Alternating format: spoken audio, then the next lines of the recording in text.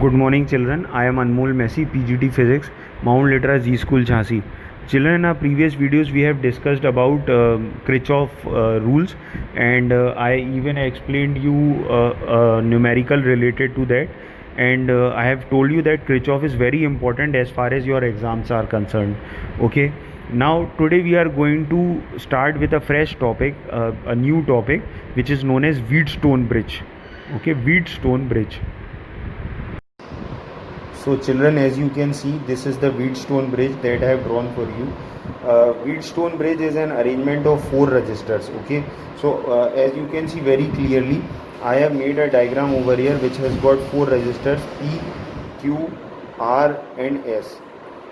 Okay, and the definition says that Wheatstone bridge is an arrangement of 4 registers in the form of a bridge. Okay, used for measuring an unknown register in terms of other 3 known registers.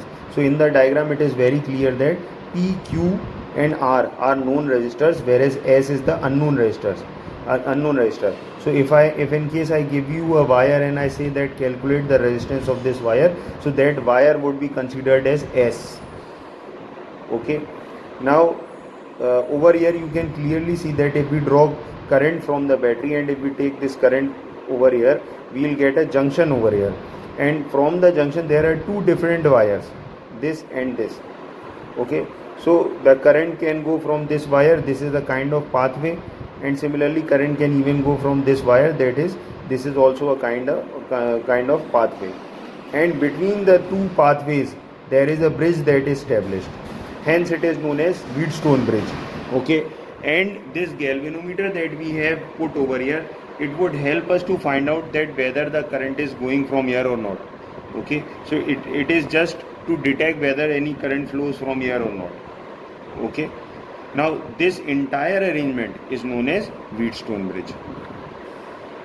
Children, now this is a new topic related to Wheatstone bridge. It is known as conditions of a balanced Wheatstone bridge. Now what do you understand by a balanced Wheatstone bridge? A balanced Wheatstone bridge is the one in which the potential is same on both the sides. दोनों तरफ अगर bridge के potential same हो जाएगा, then the bridge would be considered as balanced. Okay, like for example, if in case I and my friend both are financially at the same level, that is, we are at the same potential, so neither he will ask money from me, nor I would ask money from him. We both are at the same potential. But if one is rich and other one is poor, then obviously the rich one would give money to the one which is poor. That is, the money would flow from a person at higher potential to a person at lower potential. But in this case, this Wheatstone bridge is supposed to be balanced. That is, both sides of the bridge should have same potential. Okay, so in this diagram you can see that there are 2 points A and B between which this bridge is established.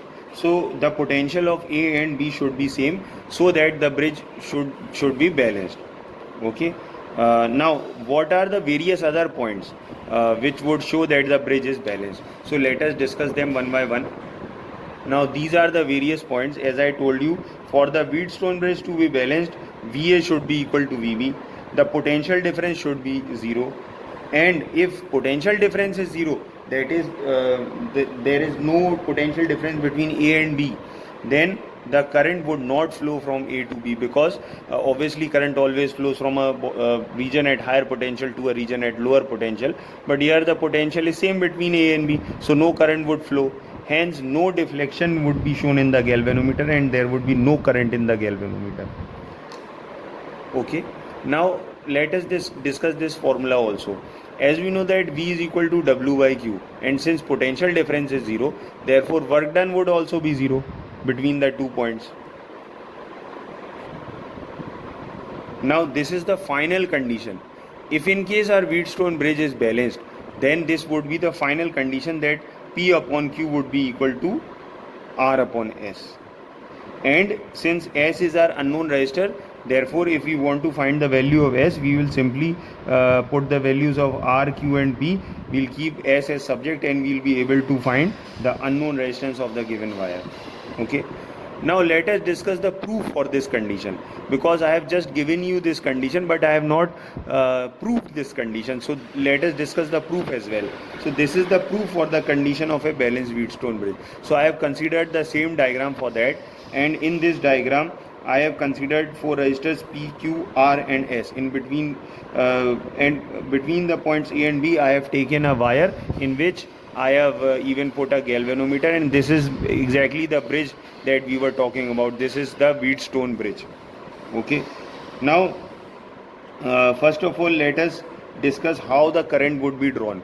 Okay. So, the current would be drawn from the battery first, and then it would come over here, which is a junction. This C you can see over here is a junction. So the current would get distributed, and the current, some part of current would go on this branch, while some part of the current would go on this branch.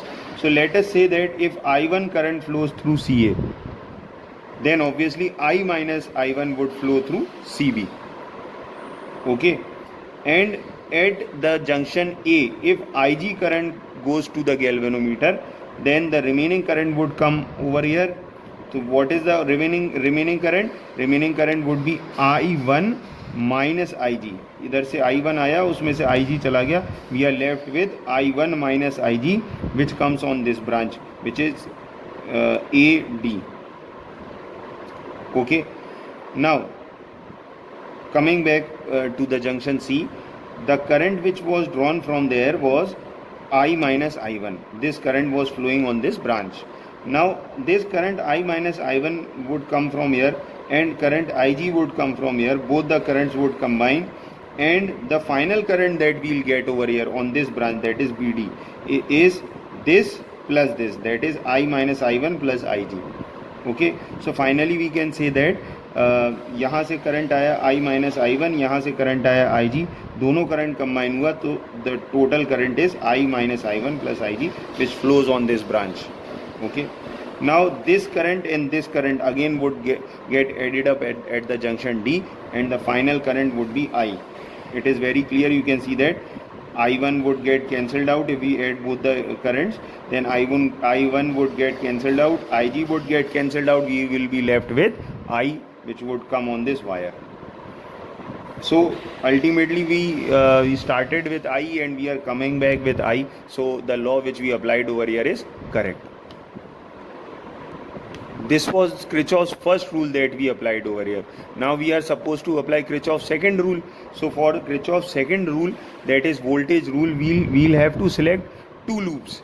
Actually we have three variables over here. One is I, the other one is I1, and the third one is IG. But since the Wheatstone bridge is balanced, therefore IG would be equal to 0. So we are left with only two variables, that is I and I1. So to calculate two variables, obviously we would require two equations. So for that we'll select two loops. So the first loop that we are selecting is A, B, C, A. This is the loop that we are selecting. In this loop, first of all we'll move from A to B. So when we are going from A to B, the current is flowing in the direction of our movement, that is, or we can say we are moving in the direction of current. So if in case the galvanometer has a resistance of G and current over here is IG, then as per the expression V is equal to IR, what would be the voltage over here? Voltage would be GIG. Okay, and it would be taken as positive. Why? Because we are moving in the same direction of the current. Okay, so you can see that I have started writing the equation over here, and this is GIG, the first part of the equation. Now moving ahead in the loop, we can move from B to C. Now we have completed A to B, now we can move from B to C. When we are moving from B to C, we are actually moving in the opposite direction of the current, so it would be taken as negative, and the resistance is R while the current is I minus I1, so the voltage would be minus R into I minus I1. Okay, similarly when we would move from C to A, our current would be PI1, but this would be taken as positive. Why? Because we are moving in the direction of the current. And after reaching A, we have completed the loop, so we can write the complete equation like this. Our equation would become GIG minus I minus I1 into R plus PI1. all the three voltage, and the sum would be equal to 0 as it is in a loop. Okay, now since the Wheatstone bridge is balanced, therefore we can put Ig as 0. So if we are going to put Ig as 0, then we are left with this equation. Okay, that is here we can put Ig is equal to 0, then we are left with this part of the equation, which is minus I1 into R plus Pi1. This part of the equation we can take on the right hand side, and we are left with this equation. Let us consider this as equation number 1. Now let us take second loop, which is ADBA. Which is ADBA? This is ADBA. So we are moving from A to D first, and we notice that we moved in the same direction of the current. Hence it would be taken as positive. The voltage would be I1 minus Ig into Q. While when we are moving from D to B, we are moving in opposite direction of the current, so it would be taken as negative, and voltage would be S into I minus I1 plus Ig. Similarly, when we will be moving from B to A, we are moving in opposite direction of the current, so it would be taken as negative, and the voltage would be Gig. Okay, since we have completed the loop, so I can write that in the form of an equation, which is over here: Q into I1 minus Ig minus S into I minus I1 plus Ig minus Gig, which is equal to 0. Okay, because we have completed the loop, hence it is equal to 0. Now keeping Ig as 0, so we will put Ig as 0 over here, because the Wheatstone bridge is balanced, so we can put Ig as 0. So when we will put Ig as 0, we are left with Q into I1 minus S into I minus I1. We will take this S into I minus I1 that side, that is on the right hand side.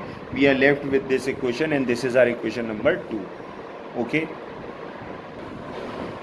Now as you can see very clearly, we have divided equation 1 by 2, and after dividing equation 1 by 2, we can clearly see that I1 would get cancelled out by I1, and similarly I minus I1 would get cancelled out by I minus I1, and we will be left with P upon Q is equal to R upon S, which is the condition of balanced Wheatstone bridge, which we have proved. Thank you.